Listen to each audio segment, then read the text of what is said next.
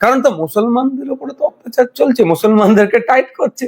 আরে মুসলমানদেরকে টাইট করতে যে অন্য সমাজের মানুষও টাইট হয়ে যাচ্ছে। ইউসিসি বা ইউনিফর্ম সিভিল কোডের নামে নিয়ে আসছে এই বিলের, অবশ্যই আমরা বিরোধিতা করবই। কারণ এক দেশ এক আইন স্লোগান যেটা তুললেও এই দেশে ভিন্ন মতের, ভিন্ন জাতের, ভিন্ন বর্ণের, ভিন্ন সমাজের, ভিন্ন ভাষার মানুষ বসবাস করে। এই দেশে এটা মহত্ব, ঐতিহ্য। সারা পৃথিবী জুড়ে যত না ভাষাভাষী আছে আমাদের ভারতবর্ষে দেখতে গেলে কোনো অংশ কম নয়। যে চাপিয়ে দেওয়ার যে সংখ্যাগরিষ্ঠতার সুযোগ নিয়ে, মানে সংখ্যাগরিষ্ঠ গণতন্ত্রের আস্ফলন কোনোভাবেই মেনে নেওয়া যায় না। অবশ্যই আমরা বিরোধিতা করব।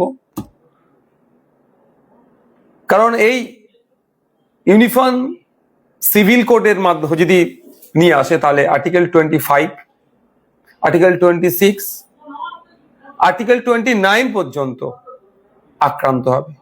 শুধু তাই নয়, বিভিন্ন ধর্মের, বিভিন্ন বর্ণের মানুষের আলাদা যে রিলিজিয়াস যে ধর্মকর্ম করা থেকে শুরু করে ধর্মীয় যে অনুশাসন, সেখানে অনেকটাই ব্যাঘাত হবে।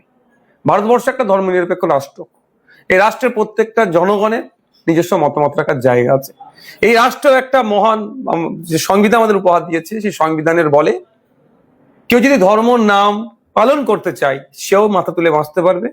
কেউ হিন্দু, কেউ মুসলমান, কেউ খ্রিস্টান, কেউ জৈন, যে ধর্মটা প্র্যাকটিস করতে চাক না কেন, এক্সটেন্ড করতে চাক না কেন, সেটাও রাইট এই সংবিধান আমাদের দিয়েছে।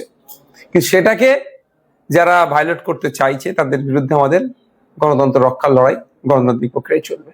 3 তালাকটাকে কি আপনি মানেন? ব্যাপারটা হচ্ছে এটা তো সমস্তটাই তো ব্যাখ্যাটাই অপব্যাখ্যা হয়, আসল তো ব্যাখ্যা হয় না। তালাক নিয়ে একটা ডিবেট হোক, তাহলে কয়েক ঘন্টা লাগবে। যে তালাকটা যেমন আছে তার এগেনস্টে মানে যদি আরবিক ভাষায় বলা হয় খোলা, মহিলাদেরকেও রাইট দেওয়া আছে। মহিলাদেরকে ইসলাম ধর্মে অধিকার দিয়েছে, যদি তার স্বামী, যে একটা স্বামীর যে সংজ্ঞা হয় তার বাইরে যদি চলে, সেক্ষেত্রে সে স্বামীর কাছ থেকে পরিত্রাণ পেতে পারে। তার নামটা খোলা। তালাকটা কি? তালাকটা হচ্ছে ডিভোর্স। এটাকে যেন অ্যাটম বোম হিসাবে দেখানো হচ্ছে, পরমাণু বোম হিসাবে দেখানো হচ্ছে। ব্যাপারটা কিছুই নয়। এটাকে শুধুমাত্র সংখ্যালঘু আর বিশেষ করে মুসলিম সম্প্রদায়কে দেগে দেওয়ার জন্য এই ধরনের একটা আস্ফলন তৈরি করা হচ্ছে, একটা ন্যারেটিভ তৈরি করা হচ্ছে। এই যে মানে মহিলাদের যে সম্পত্তিটা সমানভাবে যে বন্টন, এই বিষয়টাকে কি আপনি মানেন?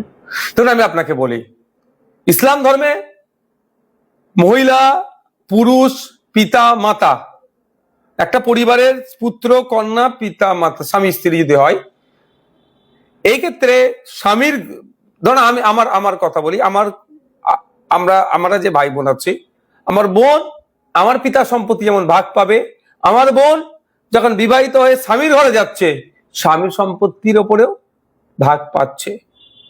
এটা ইসলাম ধর্মের যে পার্সোনাল যে ল যেটাকে বলা হয় সেটাতে আছে। কিন্তু অন্যান্য ধর্মীয় পার্সোনাল লতে কিন্তু এটা উল্লেখ করা নাই। সে হিসাব করলে দেখা যাবে যে কোনো অংশে তার সম্পত্তি সমপরিমাণ কম হচ্ছে না। কিন্তু এইগুলোকে ছোট ছোট ব্যাখ্যা শুধু করলে হবে না, বিস্তারিত ব্যাখ্যা আছে। তালাক যেমন আপনি একটু আগে বলছেন, তালাকে বিদাত আছে, নিষিদ্ধ, মানে বিদাত বলা হচ্ছে তালাককে, সেটা ব্যাখ্যা অনেক প্রসঙ্গ। তো ব্যাপারটা হচ্ছে, আমি একটা কথা বলি, দরকার এখন আমাদের ইউনাইটেড হওয়ার, ইউনিফাইড করার চেষ্টা করছে। দরকার আমাদের এই মুহূর্তে যে ভাই পেট্রোলের দাম কমবে বলেছিলেন আপনারা যখন সরকারে ছিলেন, এই যখন বিরোধিতা আসনে ছিলেন, তখন আপনারা বলেছিলেন কি, দিল্লিকে দেখিয়েছিলেন আর কটা রাজ্যকে দেখিয়েছিলেন যে পশ্চিমবাংলায় বিজেপি ক্ষমতায় আসলে ওই রাজ্যের মতো পেট্রোল ডিজেলের দাম হবে। এখনো 2 মাস হতে চলেছে, সরকার সে দাম কমায়নি। বলেছিল 450 টাকা গ্যাস দেব, সে দিতে ব্যর্থ।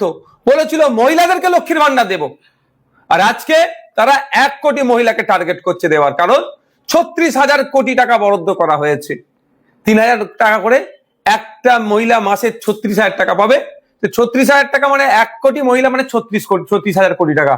তাহলে ওই যে ছাঁটাই হচ্ছে, এই মধ্যে যখন মানুষের মধ্যে ক্ষোভ তৈরি হচ্ছে, হকার উচ্ছেদ করে দিয়ে গরিব মানুষদের পেটে যেভাবে আঘাত দেওয়া হচ্ছে, নির্বিচারে তাদের বাসস্থান, কর্মস্থান যেভাবে ধ্বংস করাচ্ছে, যখন মানুষ ক্ষোভের যখন বহিঃপ্রকাশ হচ্ছে, সেই সময় এই ইউসিসি নিয়ে এসে এইটাকে মুসলমানদেরকে দাবিয়ে রাখা হচ্ছে, মুসলমানদের উপর চাপ তৈরি করা হচ্ছে, এর নাম দিয়ে কিছু ক্ষোভকে প্রশমিত করার চেষ্টা করছে।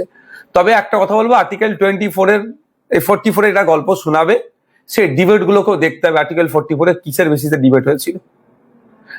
এটা নিয়ে আসলে সরাসরি আর্টিকেল 25, 26, 29 আঘাতপ্রাপ্ত হবে, কেন্দ্র ক্লাস করবে আর্টিকেলের সাথে। কেন্দ্র এবং রাজ্য সরকার ডবল ইঞ্জিন সরকার, এটা কি চাপিয়ে দেওয়ার কোনো রাজনীতি করছে? দেখুন, একটা কথা বলি, আমি আবারও বলছি, সংখ্যাগরিষ্ঠ গণতন্ত্রের আস্ফালন ছাড়া এটার কিছুই নয়, যেটা এটার ফিউচারটা খারাপ ছাড়া ভালো নেই। আজকে আপনারা দেখুন, এই সংখ্যাগরিষ্ঠ লড়াই, যে হিন্দু মুসলমান লড়াই লাগিয়ে দিয়ে দেখুন, আজকে অযোধ্যা মন্দিরের থেকে চুরি হয়ে গেল, সেই না উচ্চবাচ্য সেই অর্থে আছে? একটা মন্দির থেকে এত কোটি টাকা সম্পত্তি চুরি হয়ে যাচ্ছে, কোন উচ্চবাচ্য আছে? মানে এটাকেও একটা এমন জায়গায় নিয়ে যে দাঁড় করাচ্ছে যে অন্যায়টাকেও নাই বলে মানতে হবে, কারণ তো মুসলমানদের উপরে তো অত্যাচার চলছে, মুসলমানদেরকে টাইট করছে।